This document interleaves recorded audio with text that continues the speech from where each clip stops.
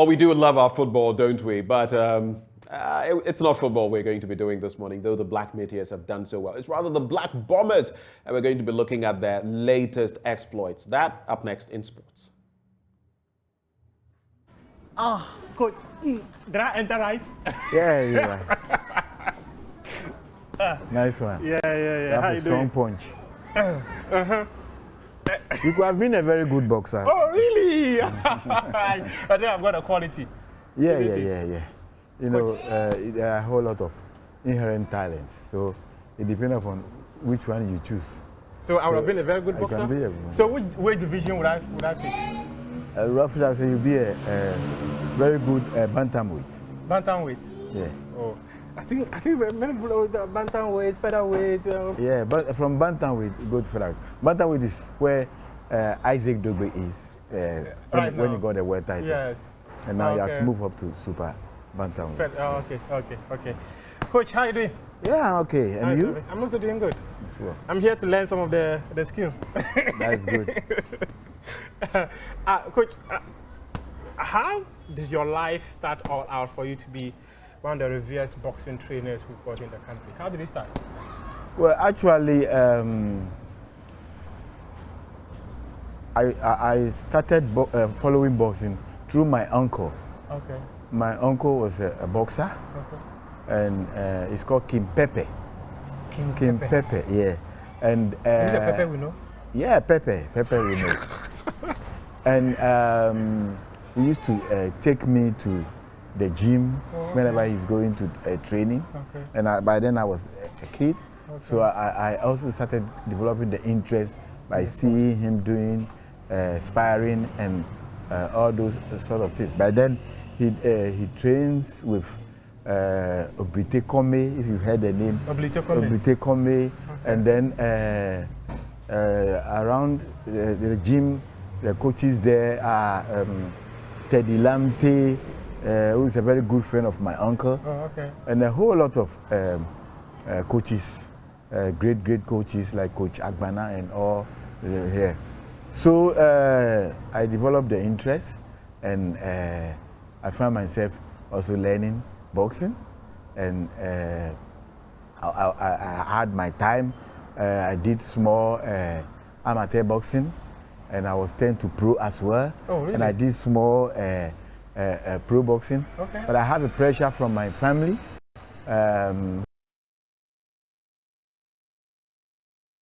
Who doesn't want me to box? Why? Well,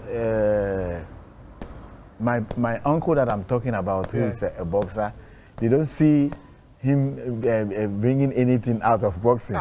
So why am I following? I'm also your uncle, yeah. So, but I feel it, and when I go out there, I was training. I was part of the up-and-coming juvenile boxers at that time, and I used to do sparring with some of the great boxers like a whole lot of the, even though they are bigger, they put with the small boys by putting some hope in us.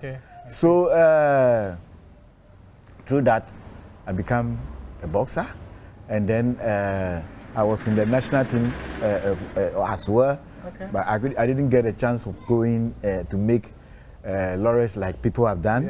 But mine was that I realized that I get into boxing, a true boxing rather for coaching, because I became a bigger coach instead of a bigger boxer. At what point did you realize that you could be a coach instead of pursuing the fighting itself? Yeah, I was doing boxing okay, but as I said, my family were giving some pressure, and so I was doing boxing hide and seek. Sometimes I go to the gym and I don't want, if I had some small this thing on my face, I have to hide, and I don't want anybody to see some of the injuries because they will talk about it.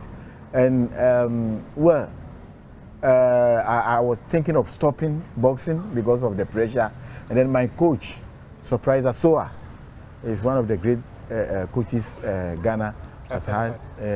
I think the source was where Atukwe Clotte, who trains Azuma Nelson. So I was having the same link with Azuma Nelson from a different angle, because Azuma Nelson coach was a coach of my coach. You see, so there was that kind of a network. Family, yes. So through that, when I was looking like stopping, and then my coach Soratasua told me, no, you can't stop. You have learned a whole lot of boxing, and he loved me a lot. He trusts me, and he was predicting something big for me in boxing, because at that time he gave me the chance of doing coaching at the gym. Okay. Even though I was a boxer, he allowed me to coach, and during that time he told me I would be great in boxing, but specifically he didn't specify whether through punching people or coaching people. Coaching people, you see.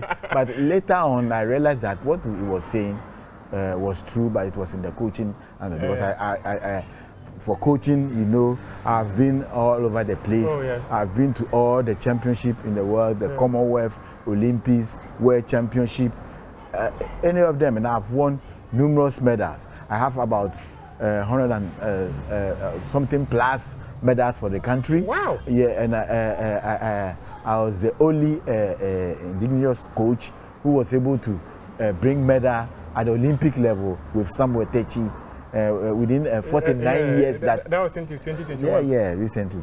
And at the Commonwealth level, and I was part of the team even who won gold with Raymond R.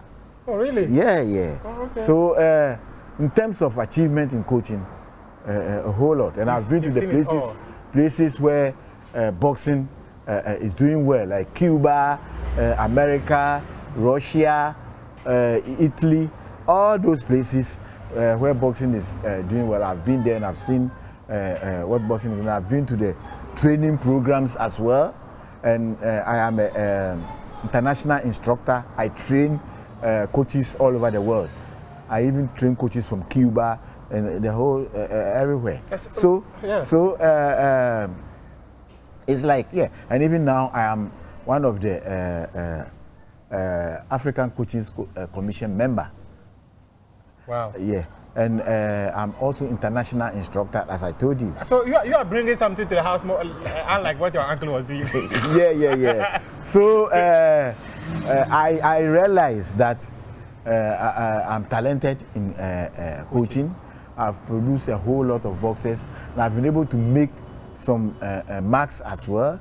Boxer like Basti Samer was my boxer, was able to come and surprise Buko Banku. Yes, and I remember some time far back, I was the one who brought Gideon Ano to come and beat Africote, who was a world champion at that time in Ghana here. Really? Yeah. So in terms of doing something at the local and international, I've gone through it, and I've won.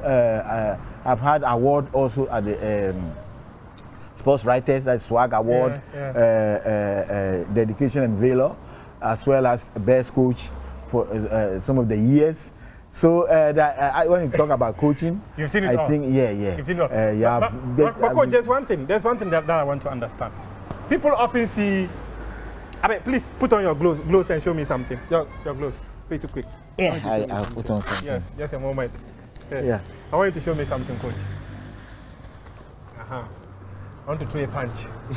A punch? Yes, I want to throw a punch. Yeah, you can throw. So this is what I want to get. People often see the punches that we throw.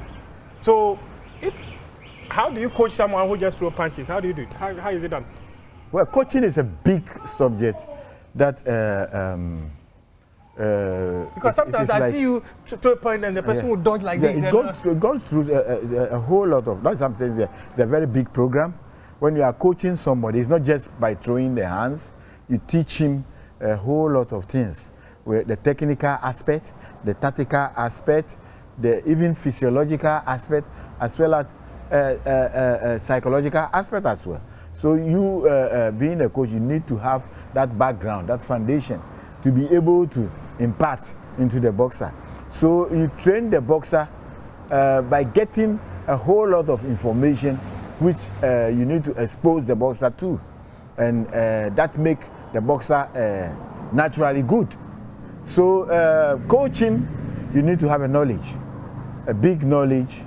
You need even to have the understanding. So how do you defend? Sometimes they say you need to have a very good day. Is it about just covering your face like this? Yeah, or that is why I was saying that the technical aspect, tactical aspect.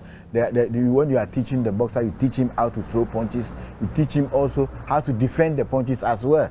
You teach him by defending the punches, by using the body, slipping, stepping back, weaving, bobbing. There are a whole lot of it in the defensive move, so how should and I throw even my punch? blocking. Right now, how should I throw my punch? Throwing your punch, if you want to go through the proper training program, then you have to learn the punch. You see it, people throwing punch up there, but it starts from the leg, and from the leg, from where? The legs, and you have to learn how to even stand, we use the legs to kick. How do I start? For instance, as I'm standing like this, I have a good balance like this. Oh, okay. And if I wanted to jab, you see where it comes from. All comes from the leg. Oh, okay. So if you do something like this, it's from the leg. If you do something like this, it's from the leg. So when I'm hitting, I should do this. Having a big punch, when you are learning, you go through all those things, and you see a boxer throwing, but he has a whole lot of something working in the system. And so it's not something that you can just teach. It takes it takes about 10 to 15 years to be able to make a world champion. What? Yeah, because you have to start from the grassroots.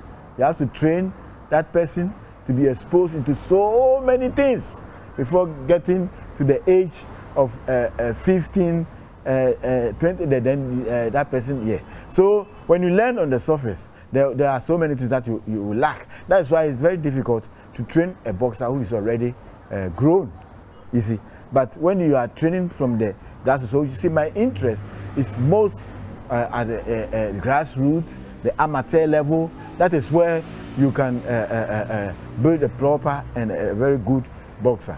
You've been with the Black Bombers for a very long time. You've always been that man. Anytime we needed to lead our national team, you are always a man in there to lead the boys, to go out there and do raise high the flag of the country.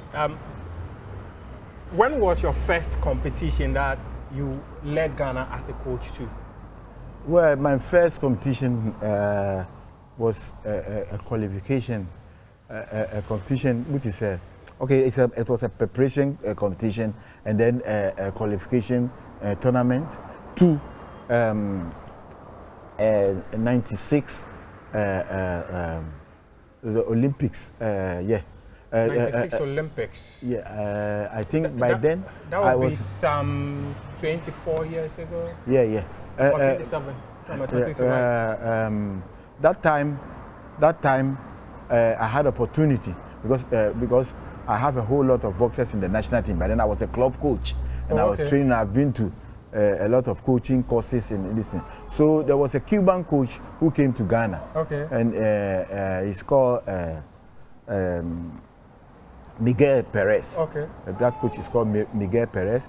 Miguel Perez was the one who discovered me from the club level, and then he calls me into the national team. He said, I want to work with this coach. So at that time, the federation members have nothing to say than to accept me into the national team. So I was with the Cuban coach, learning the Cuban style as well. Yeah. After learning a whole lot of Ghana, we have a different style of coaching. We have the Makoni way, Sparta, and a whole lot of them. But I was able to Makoni, Sparta. What is that one? What is Makoni? That is I'm talking about style. A style of fighting. Yeah, style of fighting. There are some gyms that they have a style of aggressive, putting more pressure. Oh, okay. Okay. And they have other style that they do. They are more tactical.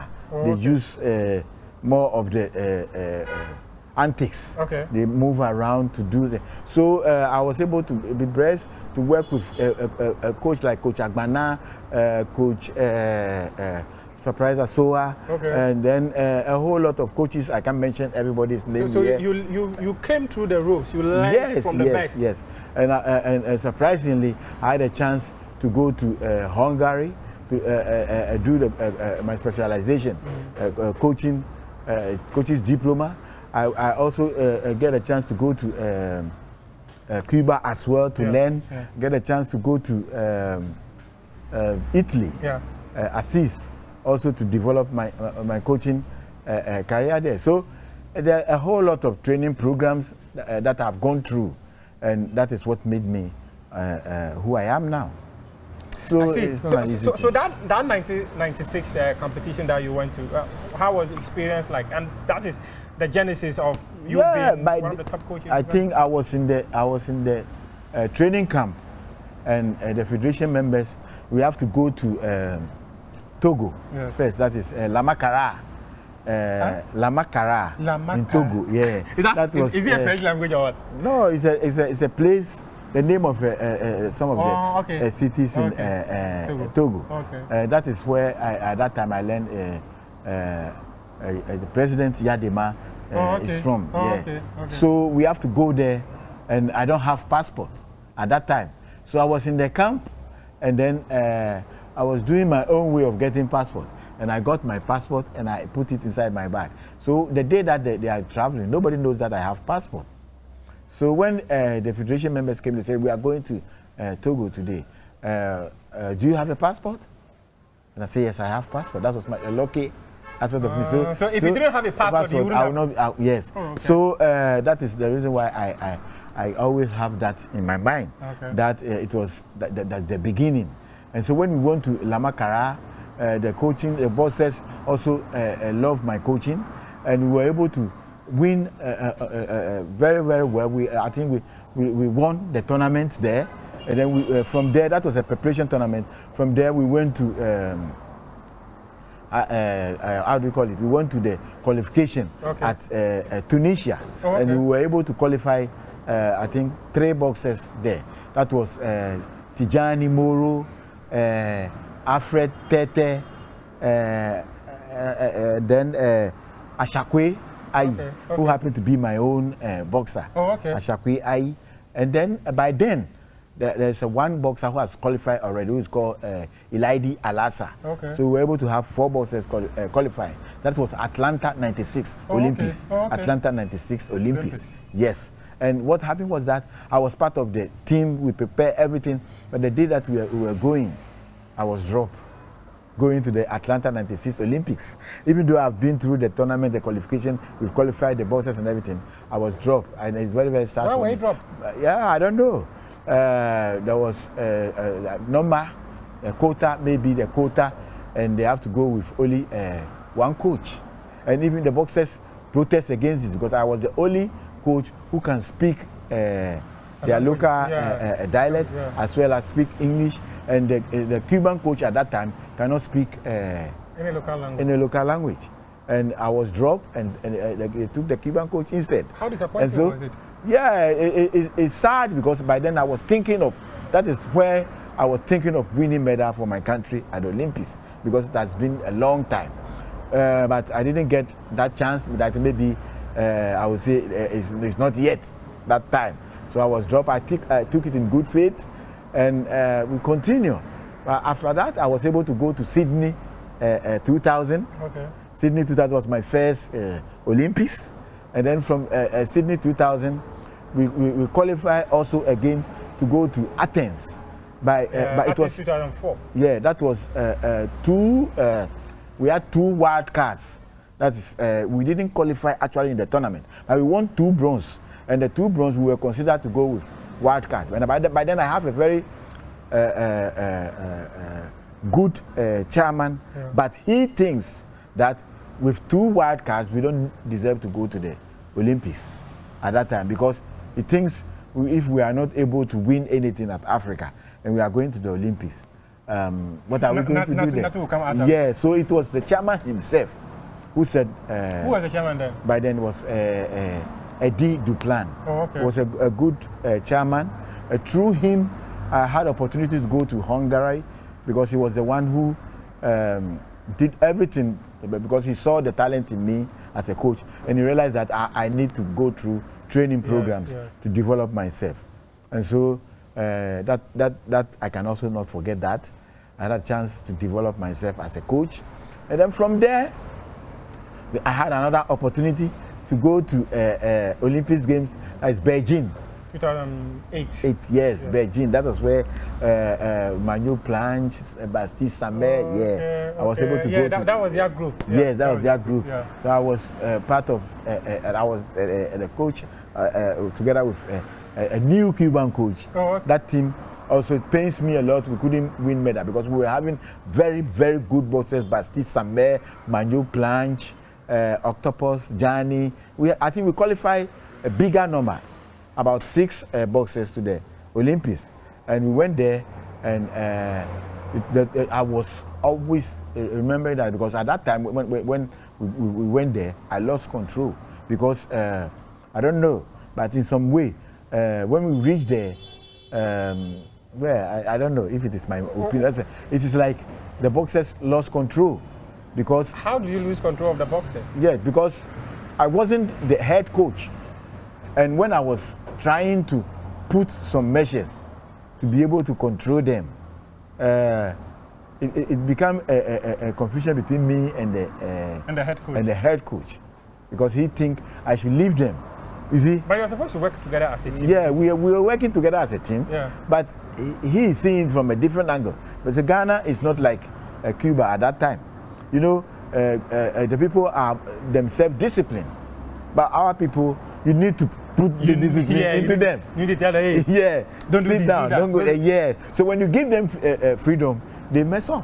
You see the whole thing. So even though they were very good boxers, but we lost because they lost control. Some of the time, I would see them going to shopping. The time that they need to concentrate, they need to focus. It was very painful to my heart at that time. But there's nothing I can do. But from there, we got another opportunity to go to London 2012. That was the one I had with Isaac Dogbe, Suleiman Utete, and Aponsa, Maxwell Aponsa. That was their group. And even that time, the whole Olympics, we had about only 9, the whole Ghana, we had about only 9 boxers who qualified to the Olympics. And I qualified 4 boxers.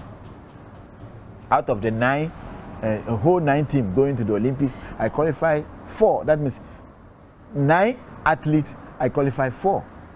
One, I think weightlifting also had 1, and then some other disciplines, athletics, but I was having 4 boxers who qualified for the Olympics. And we won some fights at the Olympics, we couldn't get into the medal zone. And then I have to come back again. And build for the 2016 Olympics. Wahid Umar, that's your group. Yeah. Wahid Umar was my personal boxer. Okay. He was the only boxer who qualified to 2016 Olympics. Yeah, I remember. And then I was dropped again. I was taken out from the team when we had a new chairman. The new chairman. That was Peter Zonis? No, Gideon Quarty. Gideon Quarty, yes. Gideon Quarty, yes. Yeah, because we were not having a good relationship because he think I didn't support him at the time of the election. You see? This politics is everywhere. Yeah. So it wasn't working with me, but I was still around supporting. And I couldn't get the chance to go to the 2016 Olympics. Yeah. So later on, he settled matters with me and he called me back, and then we start training. And then all of a sudden it's a sad thing because it pains me a lot that when we started working together, that was the time rather he died. Yeah. And it was very. It was 2017. I remember so well. Yeah. It was very painful to me because. Now we are gaining some trust and a good relationship, and it was sad that death has to come and take him away. And then, well, I never give up. I still work hard, and then we qualify again. I qualified 3 boxers again to just Tokyo. And then I know Tokyo was one of the countries that Ghana won Olympics medal. Yeah. That was So I was So I was determined. That was a delay. I was determined that at least I should be able to repeat that history. Yeah. And truly, it happens. And that was Samuel Techi. Yeah. Yes. And we did it. And it was a very good thing. But as for Commonwealth, numerous have been there. Many times. If you just joined us, we are speaking to Coach Ofori Asare, Black Moments coach, one man who has seen it all when it comes to grooming boxing talents in the country. He's such a huge figure. You cannot talk about Ghana boxing history in terms of participating in major competition. Like you heard from him, talk about going to the Olympic Games, Commonwealth Games many times, many world championships and all that. He's our guest here on Prime Take. Coach, let's go back to the 2012 Olympic Games. There are always so many conflicting stories about the 2012 Olympics that has to do with Isaac Dugbe. Did you have any kind of differences with Isaac Dugbe in the 2012 Olympics? No. Isaac Dugbe, I was with Isaac Dugbe. I qualified him to the Olympics, and we went to the Olympics. It was a very, after the 2012, 2016, there was a whole lot of judges were disqualified, sacked. Yes. You know about that, yes. Something happened at the 2012 Olympics because Isaac Dugbe, who have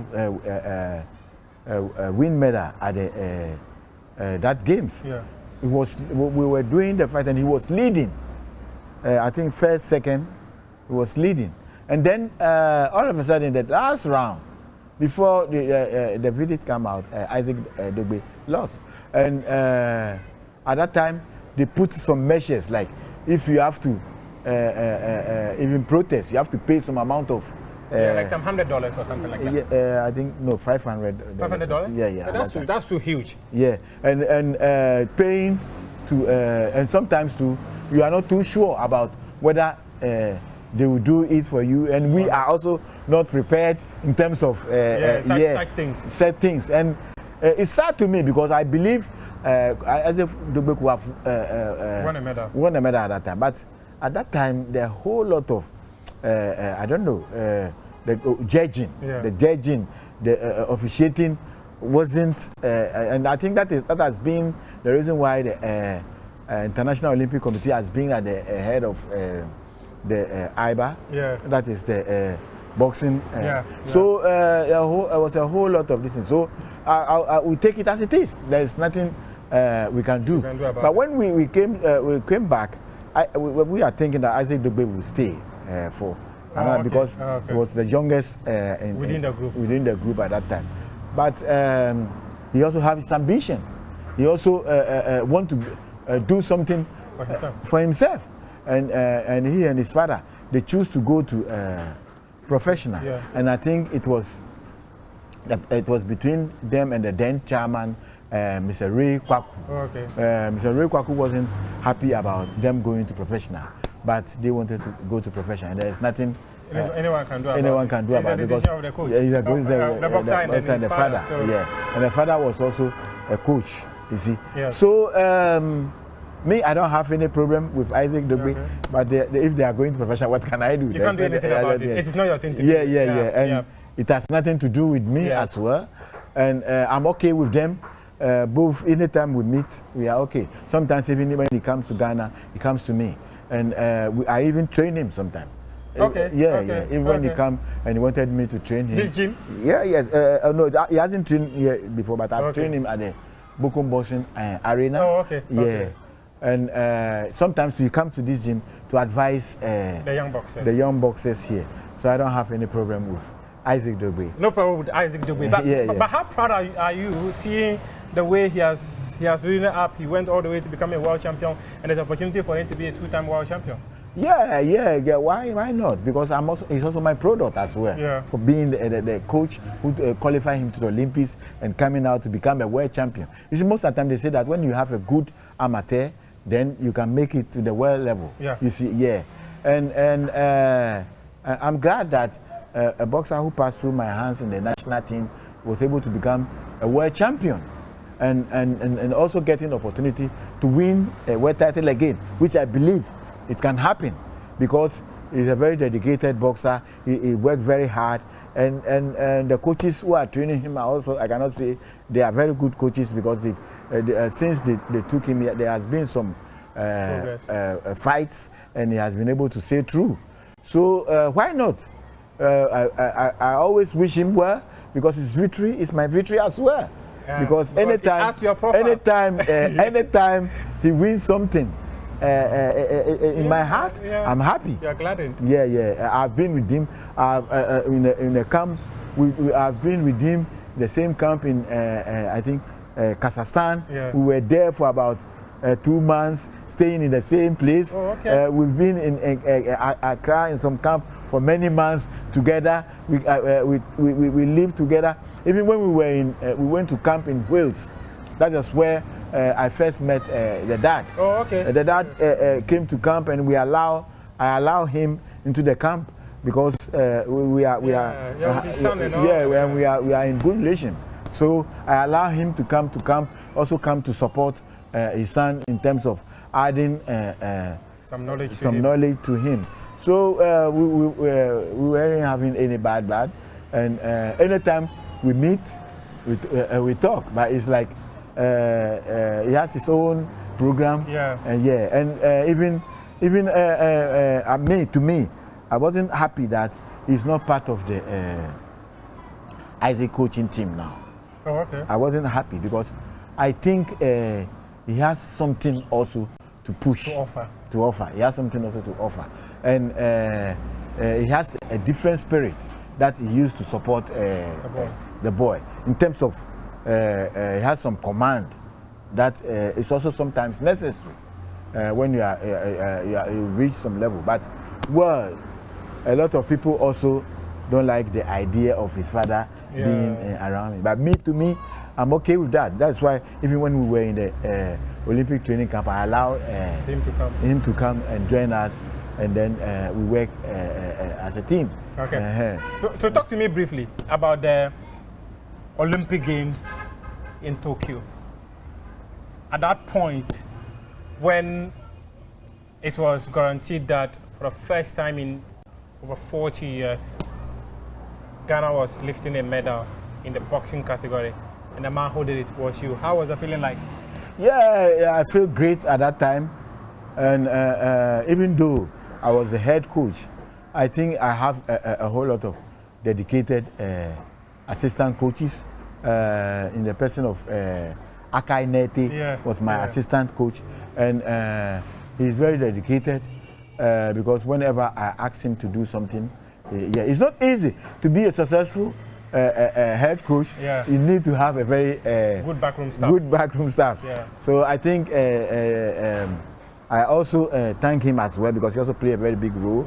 And then even when we were in Ghana, there are a whole lot of coaches who also we were working together. And even at the club level, club coaches also, some of them also did very well.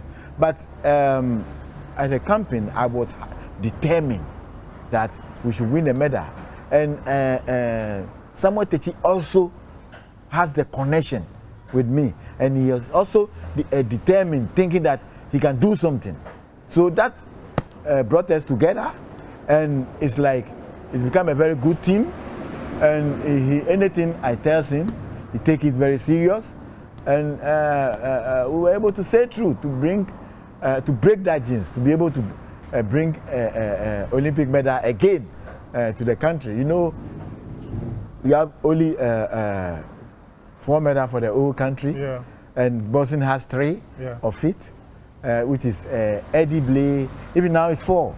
Eddie Blay, Prince Amate, Aikwote Senior, and then Samuel Techi now. By then it was only 3, and I was determined that we must add something to it. And sometimes I don't understand why it has been so long, and Ghana, we see ourselves for producing 10 world champions.